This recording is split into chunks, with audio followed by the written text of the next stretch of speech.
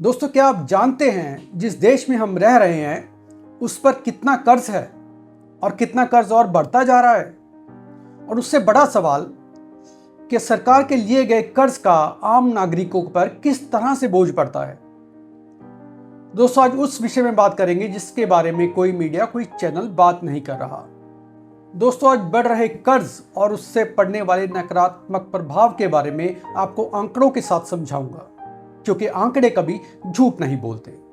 नमस्कार दोस्तों, मेरा नाम है गुरप्रीत और आप देख रहे हैं आपका अपना यूट्यूब चैनल इनसाइट इंडिया। दोस्तों, जब पुरानी सरकार गई तो देश पर करीब 52 लाख करोड़ का कर्ज था और वो कर्ज आने वाले वक्त में चुकाया नहीं गया, बल्कि बढ़कर 190 लाख करोड़ हो गया। और कुछ एक्सपर्ट्स का कहना है कि ये आंकड़ा 200 लाख करोड़ से भी ऊपर जा सकता है। दोस्तों, ये कर्ज किसी पार्टी पर नहीं है या किसी नेता पर नहीं है, ये कर्ज भारत पर है और इस कर्ज को देश के नागरिकों द्वारा ही चुकाया जाना होता है। दोस्तों, सरकार का कहना है कि उन्होंने ये कर्ज रोजगार, इंफ्रास्ट्रक्चर और विकास के लिए लिया। लेकिन मेरा आपसे ये सवाल है कि क्या आपको विकास दिख रहा है? क्या आपको लग रहा है कि नई नौकरियां पैदा हो रही हैं? दोस्तों, अगर सरकार चेंज भी होती है तो ये कर्ज गिफ्ट के रूप में दूसरी सरकार को सौंप दिया जाएगा। और अगर टोटल कर्ज की बात करें और इस टोटल कर्ज को हम पूरे भारतीयों में डिवाइड करें, पूरे नागरिकों में देश के डिवाइड करें, तो प्रत्येक भारतीय पर 1,30,000 का कर्ज बनता है। और वहीं अगर देखा जाए तो देश में 81 करोड़ लोग तो फ्री वाला राशन ले रहे हैं, मतलब वो गरीब हैं, इसीलिए उनको फ्री राशन दिया जा रहा है। तो अगर वो गरीब हैं तो वो टैक्स किस तरह से चुकाएंगे? टेक्निकली इस टैक्स को हम उन 81 करोड़ लोगों को अगर निकाल के बाकियों में डिवाइड करें तो प्रत्येक भारतीय पर करीब करीब 4 लाख का कर्ज बनता है। और ये कर्ज देशवासियों को ही चुकाना पड़ता है, जैसा कि मैंने आपको पहले भी बताया।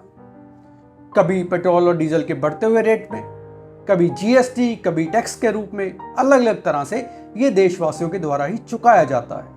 आपने पिछले कुछ महीनों में देखा होगा कि किस तरह से पेट्रोल डीजल सिलेंडर के रेट आसमान छू रहे हैं। पेट्रोल डीजल सिलेंडर से लेकर दूध, दही और किराने के सामान तक हर चीज का रेट महंगाई की वजह से आसमान छू रहा है। हर चीज का रेट बहुत ज्यादा बढ़ गया है पहले से। और इसमें जो डीजल और पेट्रोल का रेट बढ़ा, वो गौर करने वाली बात है। एक तो वैसे महंगाई बढ़ी, हर चीज का रेट बढ़ा, ऊपर से जब डीजल और पेट्रोल का रेट बढ़ेगा तो ट्रांसपोर्टेशन महंगी होगी। अब ट्रांसपोर्टेशन महंगी होगी तो उसकी वजह से महंगाई और बूस्ट होगी। तो वैसे महंगाई बढ़ रही है और दूसरा जो ट्रांसपोर्टेशन की वजह से महंगाई बढ़ेगी वो अलग, मतलब महंगाई डबल। दोस्तों, आरबीआई के गवर्नर ने एक प्रेस कॉन्फ्रेंस में खुद कहा कि परिस्थितियों के चलते हुए उन्हें लगता था कि महंगाई 4.6% तक बढ़ सकती है, लेकिन अब उनका कहना है कि महंगाई 5.1% तक जा सकती है। दोस्तों, जरा सोचिए कि देश और देशवासियों का भविष्य किस ओर जा रहा है। शायद इसीलिए राहुल गांधी जी ने बयान दिया था कि आने वाले वक्त में भारत को एक बड़ी आर्थिक सुनामी का सामना करना पड़ेगा। दोस्तों, ये था वो सरकारी कर्ज जो सरकार ने लिया और हम भारतीयों ने इनडायरेक्टली इसको चुकाना है। अब बात करते हैं उस कर्ज के बारे में जो हम लोगों ने लिया अपनी जरूरतों को पूरा करने के लिए। जब महंगाई आमदनी से ज्यादा बढ़ जाती है तो उसका सीधा सीधा इफेक्ट सेविंग पर पड़ता है, और जब सेविंग नहीं होगी तो इंसान नगद सामान कैसे ले पाएगा। दोस्तों, 2021-22 में भारतीय परिवारों का वित्तीय बजट जीडीपी का 11.5% था, जो 2022-23 में घटकर 5.2% रह गया। तो सेविंग तो इफेक्ट होगी ही। दोस्तों, 2014 में हम भारतीय लोगों ने बैंकों से 62 लाख करोड़ का कर्ज लिया था, जो 2025 में बढ़कर 672 लाख करोड़ हो गया। दोस्तों, जब सेविंग इफेक्ट होती है तो कर्ज लेना एक विकल्प बन जाता है। तो इसको एक तरीके से समझाने की कोशिश करता हूँ। सेविंग है नहीं, सेविंग कम हो गई, लेकिन परिवार बड़ा है, घर में गाड़ी की जरूरत है, तो क्या करेंगे? हम ईएमआई पर गाड़ी ले लेंगे। कि चलिए आने वाले 5 सालों में किस्तें भर देंगे हम। गाड़ी ले ली, इनकम और कम हो गई, सेविंग और इफेक्ट हो गई। अब आने वाले वक्त में घर में टीवी की जरूरत है, तो इनकम कम है, तो चलिए टीवी ईएमआई पर ले लेते हैं, टीवी भी ले लिया। अब बच्चे बड़े हो गए, उनको स्कूटी की, बाइक की ज़रूरत है, या बीवी को स्कूटी की ज़रूरत है, तो 1.5 लाख से कम स्कूटी नहीं आती। अब क्या करेंगे? सेविंग पहले ही इफेक्टेड है, तो स्कूटी भी ईएमआई पर ले ली।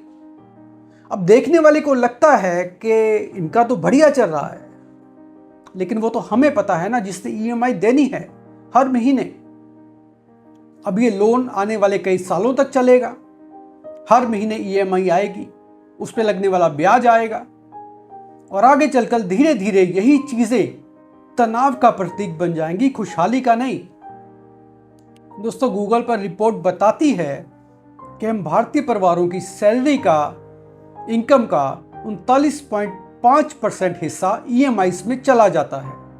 महंगाई है कि 3 गुना बढ़ गई, और इनकम है कि आधी रह गई, तो सेविंग्स पर कितना बड़ा इफेक्ट पड़ेगा। दोस्तों आने वाली वीडियो में जानेंगे कि ऐसी कौन सी नीतियां, ऐसे कौन से फैसले थे जिनकी वजह से आज हमारा देश इस तरह के इकोनॉमिकल क्राइसिस की कगार पर आके खड़ा हो गया। तो हमारी कोशिश होती है कि आपके सामने ऐसी जानकारी ला पाएं जिसके बारे में कोई मीडिया, कोई चैनल बात नहीं करता। तो हम बहुत मेहनत से आपके लिए ऐसी वीडियोस लाते हैं। अगर हमारा प्रयास अच्छा लगे तो चैनल को सपोर्ट ज़रूर करें। आपकी सपोर्ट से हमें ऐसी वीडियोस बनाने का हौसला मिलता है। अपना और अपने परिवार का ख्याल रखें। बहुत बहुत शुक्रिया।